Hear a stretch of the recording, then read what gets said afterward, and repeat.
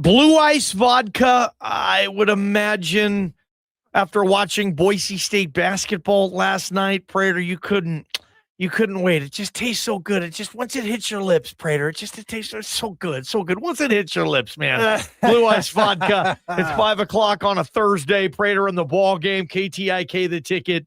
Taco Bell hotline 208-424-9300. What the hell did you see last night with your basketball program? Leon Rice calling out players. Leon Rice calling out the crowd. What'd you think? 208-424-9300. Line them up.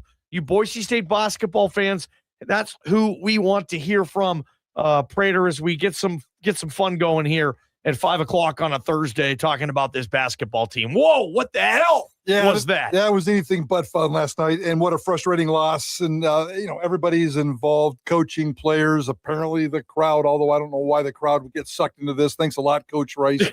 9:00 on a Wednesday, what did you expect? And it's your job to entertain us and to get us fired up and motivated. Didn't happen last night. And, I'm not really blaming this one on Coach Rice. There's some things we can pick apart, and certainly some consistency things that have always contributed to the downfall of his program when he has these kinds of moments. But last night I thought it was all about the players.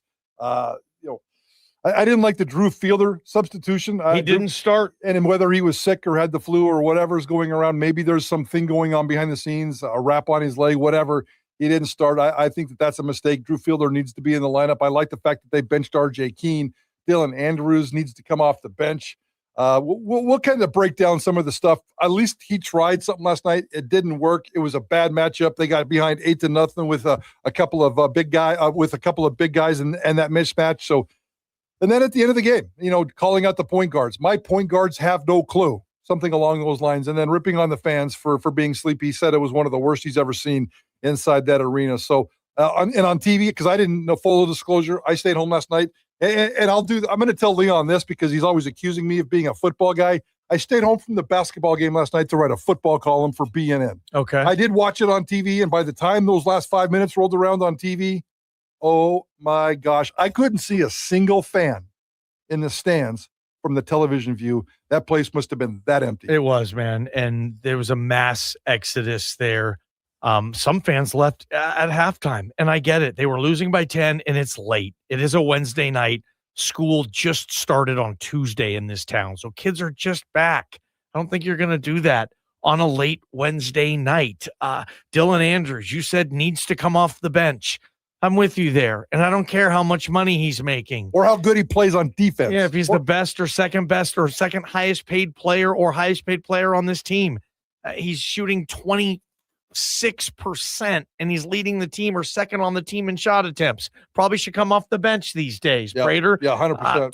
208-424-9300. Jeff in Boise, first up on the Taco Bell hotline. Jeff, fire away. What the hell is going on with this basketball program? Can you imagine if you had a restaurant and people were coming to your restaurant and they were eating and they were complaining about the same thing over and over again, whether it's the conditions of the restaurant or the service or the food quality or whatever.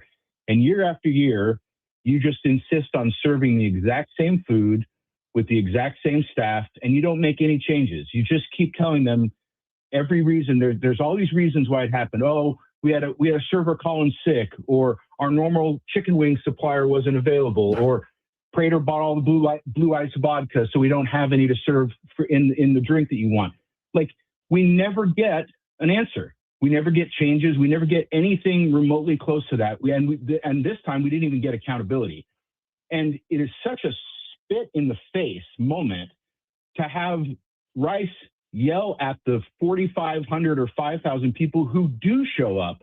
We're small and we're a mighty group of people, and we don't have anything better to do, unfortunately, on a Wednesday at 9 o'clock. So we show up in our colors, having spent thousands of dollars in all of the places that they tell us to spend money because they need money for this and that and these other things. We do all that stuff. We show up and then we get treated with that performance, and it's our fault. It's our responsibility that stinker occurred. I would call it hot garbage, but I don't want to insult hot garbage. Something has to change. Something other than my players that I evaluated, the talent I evaluated, the players we recruited and are paying. didn't play well enough, or there wasn't enough energy in the building, or the other team made shot. All this, I mean, it's never a straight answer. And if you guys can point to one moment where this coaching staff has just taken accountability and said, yeah, you know, our game plan sucked. It was not good enough for the moment, and we've got to change the way that we look at offense or attack the zone, or, I mean, a myriad of other things. So, I mean, I'm sitting here at this point in time. I'm not going anywhere. I've been a lifer for 35 years. I'm not getting rid of my season ticket. But if they go into the next game and the next stretch and the next offseason and the next season, looking at the game film that they have from this year and going, yeah, we're in good shape, guys. It's going to happen any minute. It's going to break through any minute. This is going to start working. Trust us.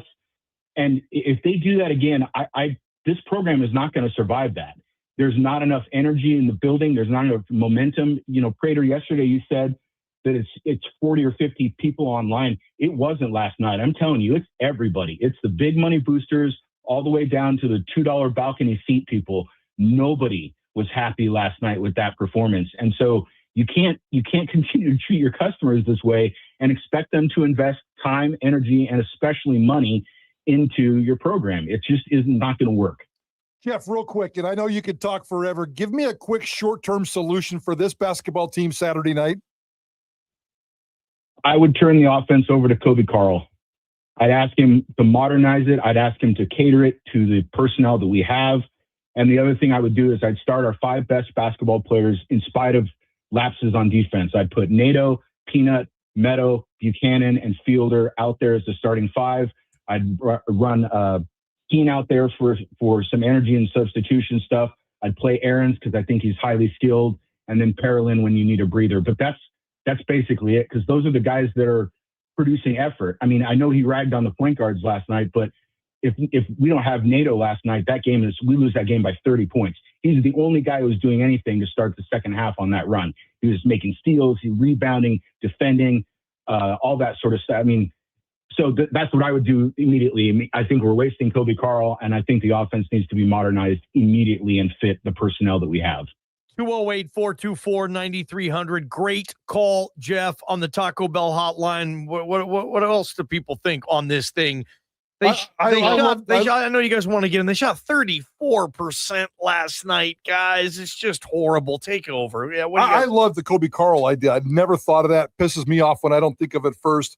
Although I have been talking about Duryea for the last couple of years. I believe I first mentioned Duryea and his job status with this team and my personal disappointment in this offense at least 2 seasons ago, maybe even 3 seasons ago, and I still haven't seen much. He's got, on paper, at least coming into this season, the most talented roster that we were told that Boise State basketball has had. I don't buy that now. I had to buy it then.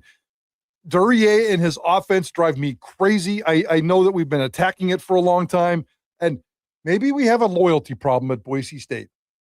We have these same kind of conversations about Spencer Danielson and quarterbacks, and now we have Leon Rice and Duryea and the offense and consistent problems that don't seem to be fixed because of loyalty. I love loyalty. Loyalty is important, but dang it, I need somebody to see something with a little bit more clarity. I love the Kobe Carl idea.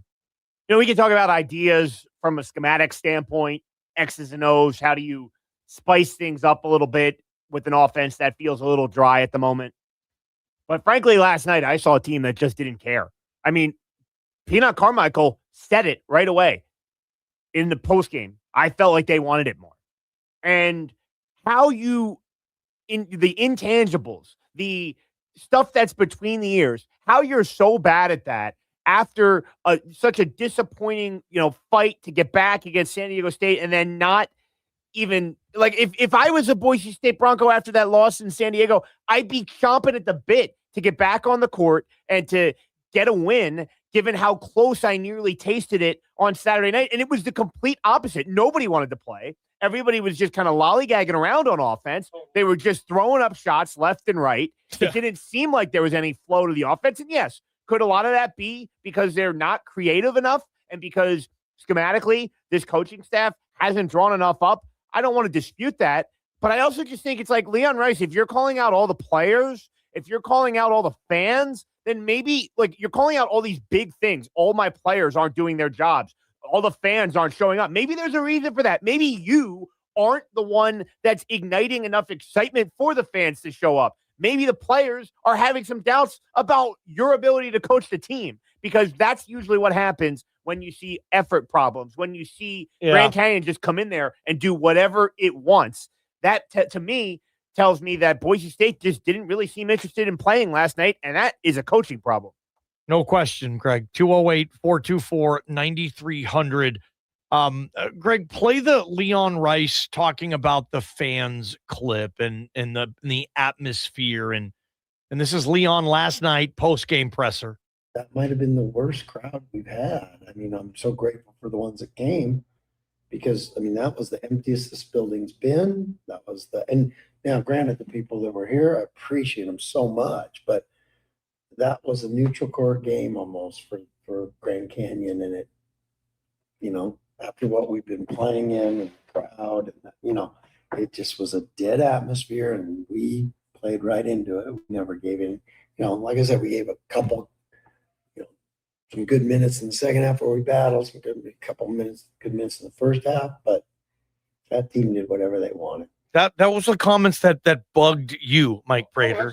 That you did not like that, Prater. No, I didn't like that at all. That's the wrong time and the wrong place, and I'm not sure if there's ever a right time and a right place to criticize your fan base. And I think that this fan base, despite the public bitching that we've heard over the last few years, I think they've been very, very loyal and very, very supportive of Leon Rice. And the crowds have grown. And last year was amazing. There was 10, 11, 12,000 people in that barn last year on a consistent basis. You're certainly not seeing that this year.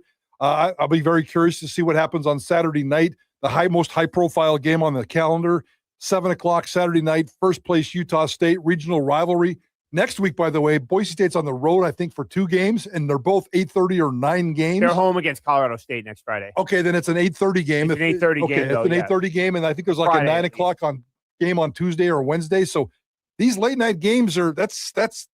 Let's stop using that as an excuse. It's not fun. It's not great. Nobody likes it, but Boise State seemed to deal with it in football. I don't ever remember late-night problems with football or the coach calling out fans for football. Now, we've talked a lot about fans, but I don't know if it had anything to do with late-night stuff. Let's ask. Hey, Joe fanboy, did you not go to the game last night because of the time or because you think the team stinks? Whatever the case is. You're done with the team. Why didn't you go? Is it the time deal? Let's get anything goes on this basketball program. We want your thoughts on this program. Jay in Meridian is next on our Taco Bell hotline. Go for it, Jay. Yeah, this offense is just absolutely terrible. It's the most elementary diaper, baby poo, soft offense I've ever seen. We have 3 guys standing on the perimeter. You got Andrew Meadow camping out in the corner like a Boy Scout. You got no ball movement, no off-ball movement. We got no backdoor cuts. Javen Buchanan basically carrying the team. Nato is the best two-way player on the team for sure. He needs to be starting point guard and have all the minutes he can possibly get. Dylan Andrews can't even shoot himself shoot a beach ball into the ocean. His minutes need to be completely taken down. I'm just frustrated with this team. The same problem we had last year with the legit roster. That was a tournament quality team that found ways to not be able to generate offense. It's not a defensive problem. I love this team, and I really just don't even know where you can go in the future unless we change our entire offensive philosophy and scheme. Thanks, Jay in Meridian. We got Zach also in Meridian on our Taco Bell hotline. Zach, you're up. Go for it, bud. Hey, just to answer your question, as an unbiased basketball junkie, when you go out and complain about people not showing up at 9 p.m. on a Wednesday night, that's an automatic turnoff. Like I thought about going, saw Grand Canyon on the schedule, would love to go watch good basketball, and every time I watch this Boise State team, I just see a lack of talent, and I translate that to the NIL era, and then you're going to complain about your fans not showing up. How do you expect to get that NIL buy-in when you're calling out fans, when you just ultimately look like you've got a lack of offensive talent year in and year out? And I watch Meadows, and man, Meadow is just the most frustrating basketball player to me. The guy talking about him in a Boy Scout sitting in the corner, you got to get him off the court. He's not providing anything. He's a liability out there. I mean, it's just frustrating to watch. And then to call out your fan base, that was also, as an unbiased fan, that's just a no-no. Can't do that, but appreciate you guys. That bugged you, Zach. Did that bug you, Bronco Nation? Andrew Meadow had 2 shot attempts last night. 208-424-9300. Keep that Taco Bell hotline rolling. We also have some CFP to get to. We got a game tonight. Are you kidding me? A national semifinal, Ole Miss, Miami, the U favored by 3. Lots to get to. It's KTIK The Ticket. From the Beacon Plumbing Traffic Studio, this is Ticket Traffic. Thursday evening drive still looking pretty busy. Slowdowns on the outbound connector and westbound I-84. Both of those are backed up to about